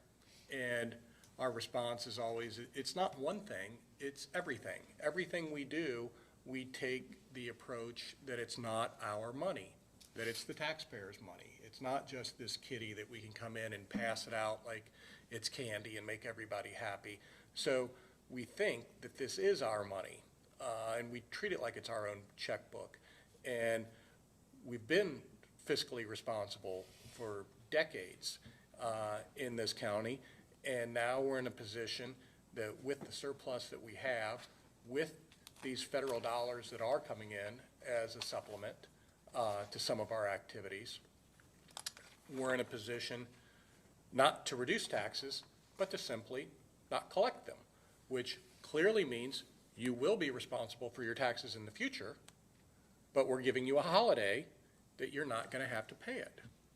And that's only for our inside millage. All the levies will still be collected. So that's basically, I think, where our valuation, our projection is 23 million. Correct. In taxes, inside millage, property taxes that Warren County will not collect. And we're going to talk more about it with senior services here in a little bit, but I think it's very important that we do the messaging right on this, because it's not a tax holiday in that you're not going to get a tax bill next year. Everybody's still going to get a tax bill. Everybody's still going to pay a majority of their taxes, just the county share, in this case, the general fund, a portion of DD, which we don't emphasize enough, but this county has rolled back a half their DD levy for the last 3 years and continue to do so, and possibly senior services for 1 year. So that's going to be a marketing part that the county needs to do a good job of letting people know, we're taking this off, you get this off for you, you're still going to get a tax bill. In most cases, their taxes aren't even going to go down, because this all lines up with the fact that you're going to get a letter from me in a couple months that says your house is worth a lot more than it used to be. And I don't think anybody's going to be surprised by that looking at the real estate market, but this lines up really nicely, because if we didn't do this, there would be sizable tax increases. This is going to help keep those down to a minimum. So. Because what, 70 to 80% of your ad valorem taxes are school district taxes? Correct, correct. So, and we don't control those, the schools still need to collect their funds, but this 20 to 30%, the commissioner's inside millage is a significant part of that, and that's what we're saying, we can do a holiday on collecting that for this period. Exactly right, not 20, 30%. That's townships, cities. We're about 5%. We're a tiny little part of the whole, but that's right. We're gonna give a holiday on the little piece that the county can control. We have sales tax, we have other revenue sources, schools don't. So they still need their share, but we don't, so. So what's the average per resident property per 100,000 or whatever? Yeah, so it's $90 per 100,000 is the easiest way to say it, is what we collect on our inside millages. So 90 per 100,000. You're talking the average house in Warren County is around 300,000. That's a $270 tax rebate on average to the residents of Warren County for 1 year. So. Well, it's worth doing, and I'm glad that we're able to do it. Is that something that we're going to vote on later? You can adopt the resolution and we will prepare it. And title it would be to approve a inside millage tax holiday for 2022. And then we will, we have done this in the past, so we have the resolutions to be able to provide that drafted, Tina. Well, I'd make a motion that we resolve to give a tax rollback of our inside millage in 2022. So I would certainly second that motion, but I would just ask the question, given the sensitivity around the messaging, is there any harm in us actually preparing the resolution and bringing it back before the commission where we can actually have prepared press releases and other items when we take this action? So I'm certainly completely on board and have been the entire time. I would like to see this happen, but I'm very conscious of what Matt is saying here with valuations increasing. I'm just sensitive around the messaging and would rather us have a communications plan. That's a great point. Which is wise. I mean, we're fine, and that way we can actually prepare the documents, and we can give specifics of how much this means, what's it going to impact everyone. We can give very specific information in the actual adoption of that resolution. I think that's great. Is there a deadline for you, Matt, though? At the end of August, we're going to have our budget commission meeting at the end of August. We normally do it when we adopt the tax budget, was the only reason I Gotcha. suggested it, but if you're okay The with. budget commission will approve the rates at the end of August based on this, so that's great. Like I said, senior services is coming up here shortly. I'd like them to be part of the whole. Yes. We've got the DD. I think it should be a comprehensive, this is what Warren County is saving you, and it's a lot more than 90. It's closer to $200 a year. And I think Per 100,000. perhaps a press event with all of those organizations that may be part of this larger package to be present. I mean, the communications piece this is tricky. I mean, it's Agreed. totally worth doing. I'm fully supportive. But what will happen is it's going to be delaying Yes. an increase in taxes due to valuation increases, which is a good, valuation increases are good things. No, I think that's exactly right, and I tell people a story. I was at a certain political event about 5 years ago when DD was bringing their levy back on. It's more than that now, 8 years ago, and the amount of grief they took, and there was no recognition of, hey, we saved you this money over the 5 years that we were delayed. It was only about the tax increase. So, and that's our fault for not doing great messaging. So the more we can do that comprehensively, I think is. Well, I think the secondary messaging of the schools are still getting in theirs and those items is how do you play that off? Yeah, but the valuation of property is not something that we control. No. And the impact upon taxation is not something we control. But we do control inside millage. That's right.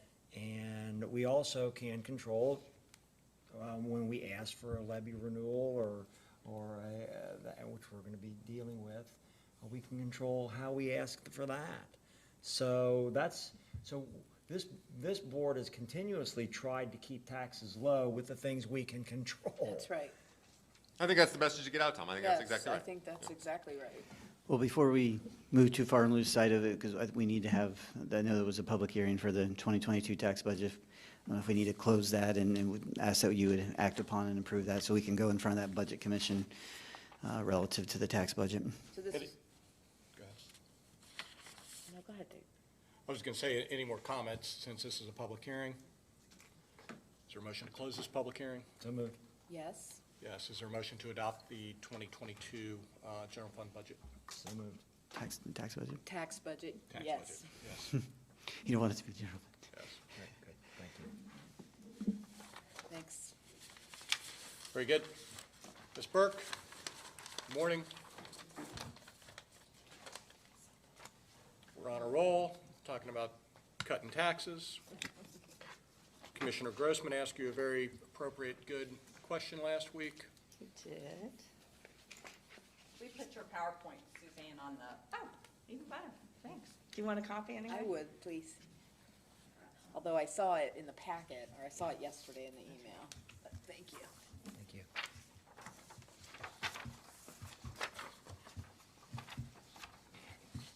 Thank you.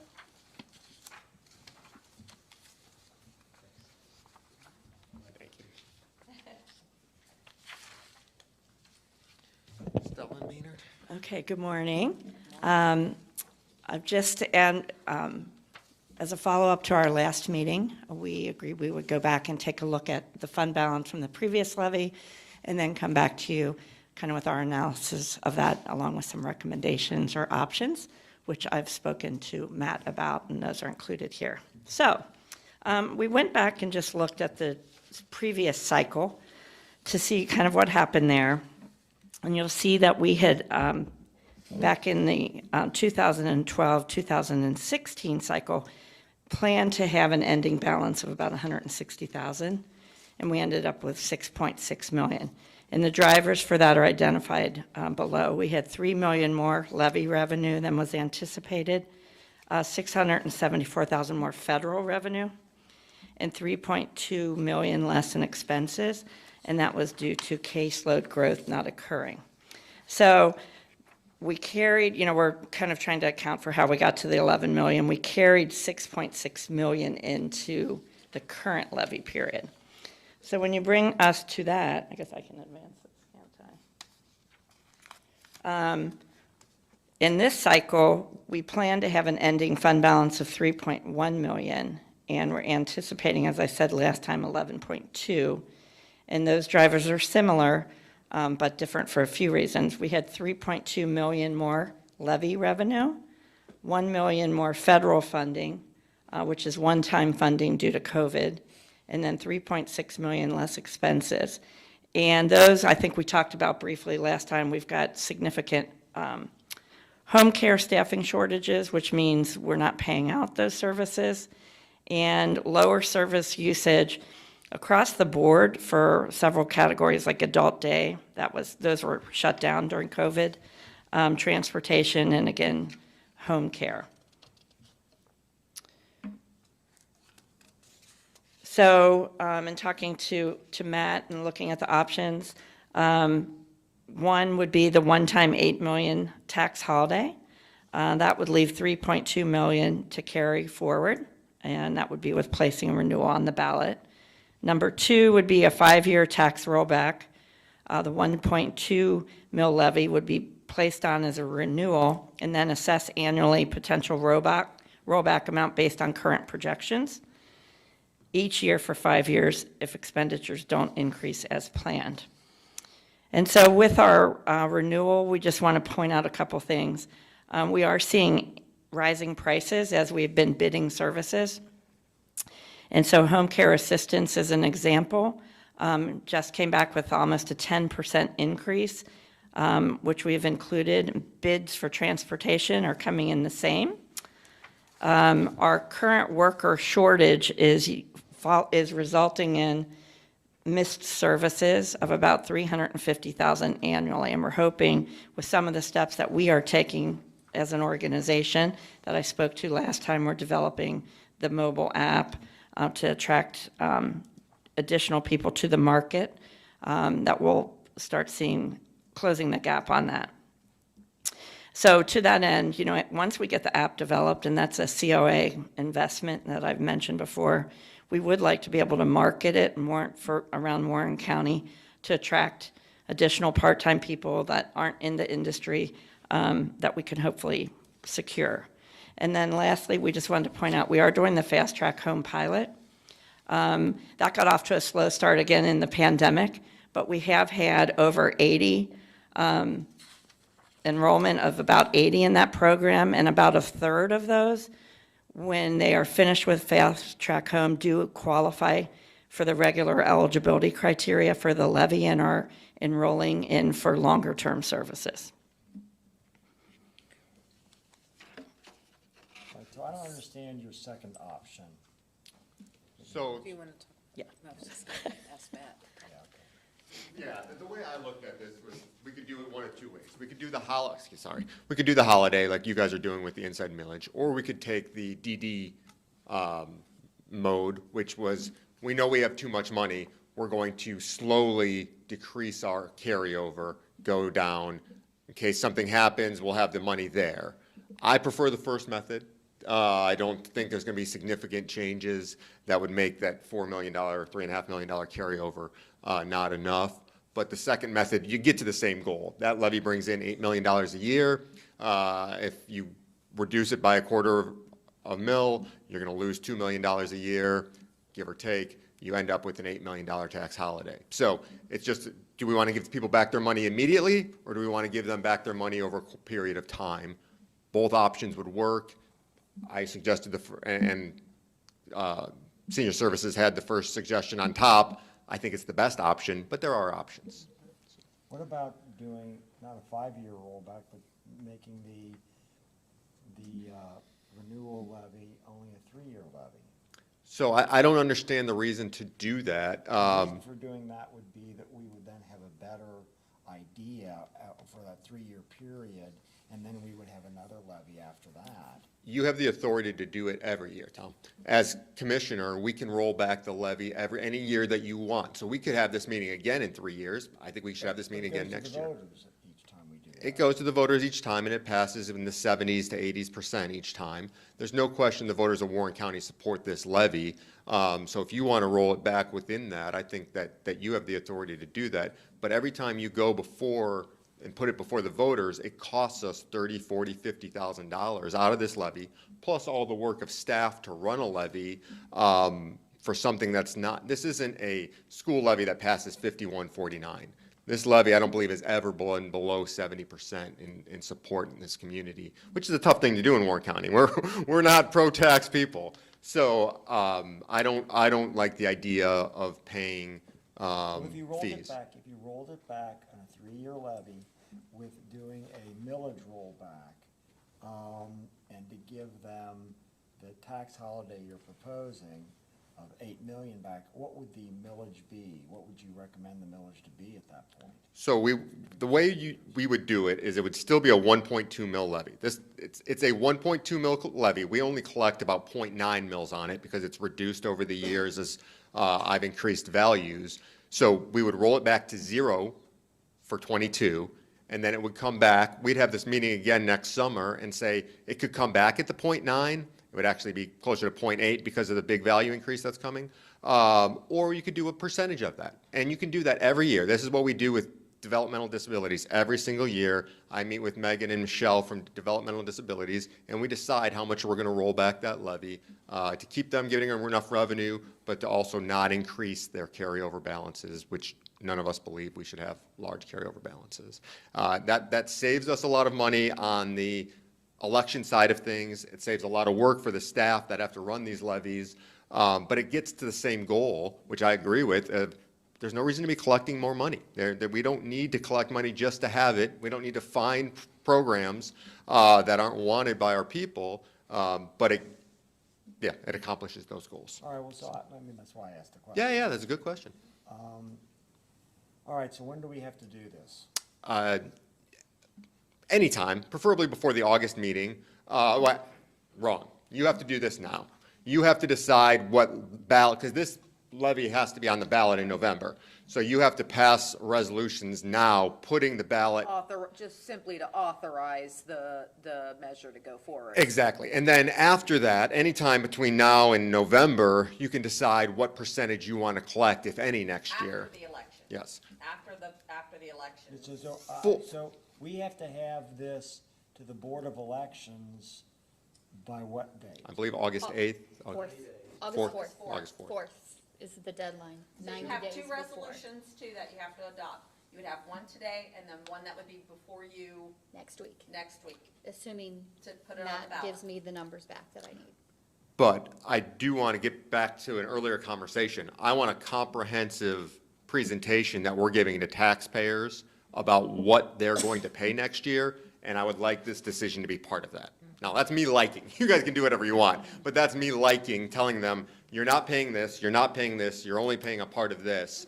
So the sooner we can do that, the better. That time frame is fairly short here. We're going to need to do that in the month of August, but this is very short. You must put this ballot on the ballot by August 4th, which means you must approve it now to go through the process. So how does the tax holiday idea work? So we've got $11 million in the bank, so Correct. it's in excess. Yep. You want to keep $3 million of that kind of as a rainy day fund kind of a thing. Exactly. Is what you're suggesting. And then the $8 million, if you did that immediately, when would that $8 million be seen by the taxpayer? So they pay $4.5 million, give or take, next year. So it would just come off their tax bill, just the way your 2.57 mils is going to come off. The tax bill that they pay in 2022. Exactly. Yes. Yep. All the $8 million, or All, just all of the 8 million. Upon what half you of it decide. comes off the first and half of it comes off the second? Exactly right. And what is the collection per 100,000 of residents? It's just about $35 per 100,000, give or take. How much is it? $35 per 100,000. Okay. Well, I guess I favor doing the option one to give people back the money as quickly as possible. So, and then we can always, because we have the option of even with the 1.2 million levy of every year, reducing it without going to the voters. I like that idea better, so. And I think that might be a conversation next year because of all the other sources of revenue that they have and some of the services. So I definitely think it's something we need to keep in our mind to look at this time next year. Okay. Yep, I agree. Thank you. So you have a resolution? I have a resolution to declare the necessity for renewal of the levy for the senior citizen services. So moved. Second. And yes? Thank you. I just have a question. Yeah. On, and Dave and I were sort of talking about this, where he's been thinking a lot around home health aides and skilled nursing facilities. And we know that our home health aides that are at other providers that, not just those who are owned by those who also own skilled nursing facilities, but those that might just be in the home health business. Right. That this is a continuing issue, as is all kinds of caring Yes. jobs. I'm wondering if, you know, it might be,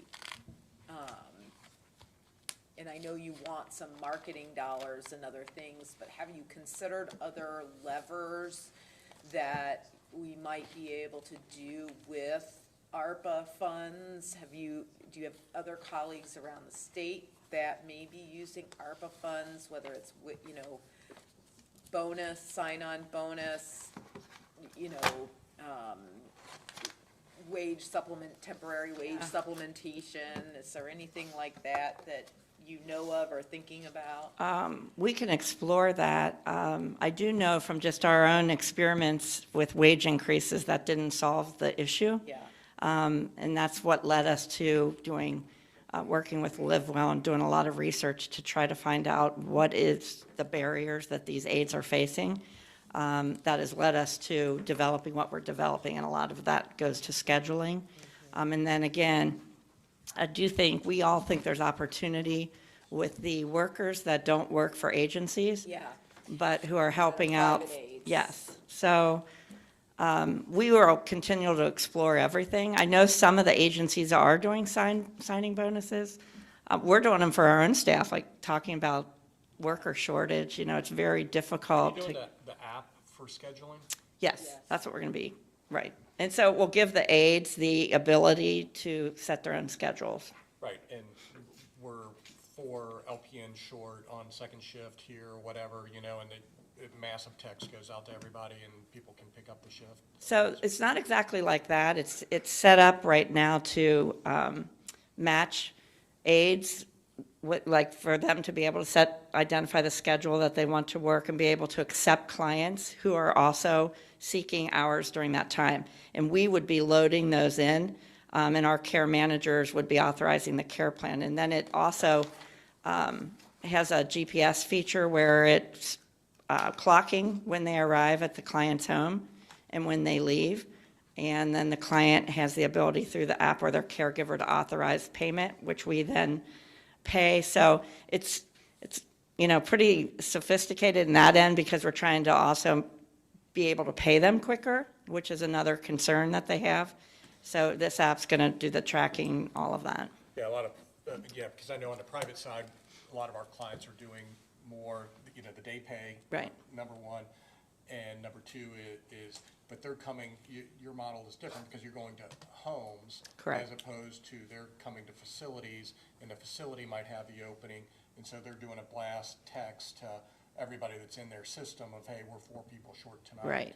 Yeah, that is different. And it is different with our population too, because generally speaking, they don't want different people coming in as much as possible. They want the one aide who's assigned to them coming.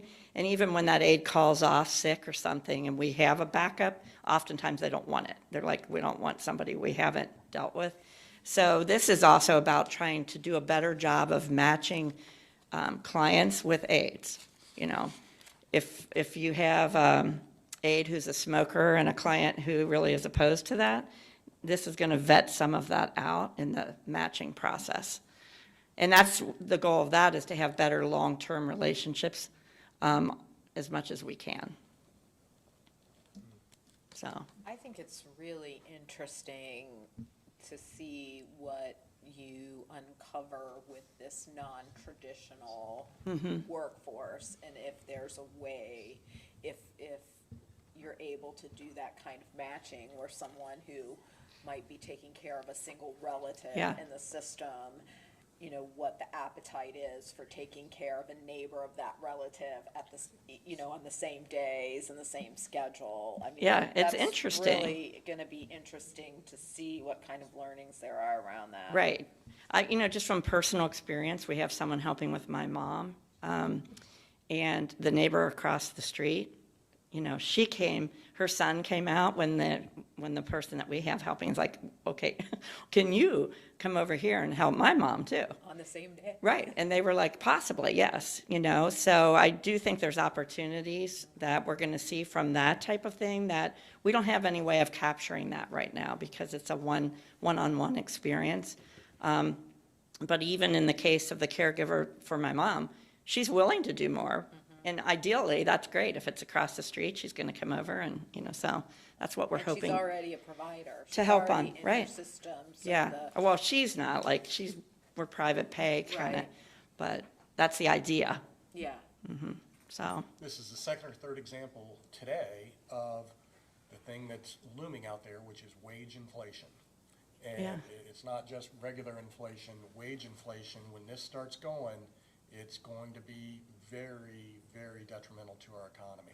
And, you know, I sit there and think about, you know, folks in your industry that, God bless them for doing what they do, but, you know, they make 13, 14, 15 bucks an hour kind of a thing. Right. And now Amazon's paying 15, 18, 20 bucks an hour to go pack boxes in air conditioning. Yes, And that's, so who's gonna wanna go take care of grandma if I can go do this at, you know, the same, if not even more money? And it's, when the federal government starts monkeying around with the labor market and paying people to stay home and not participate, now we have a worker shortage. These are the real-world examples of why government should never get involved with this. And we have the same issue with some of our lower paying jobs that are, you know, $13, $14, $15 an hour, you know, all they see is the wage, and, you know, so we're having difficulty in that.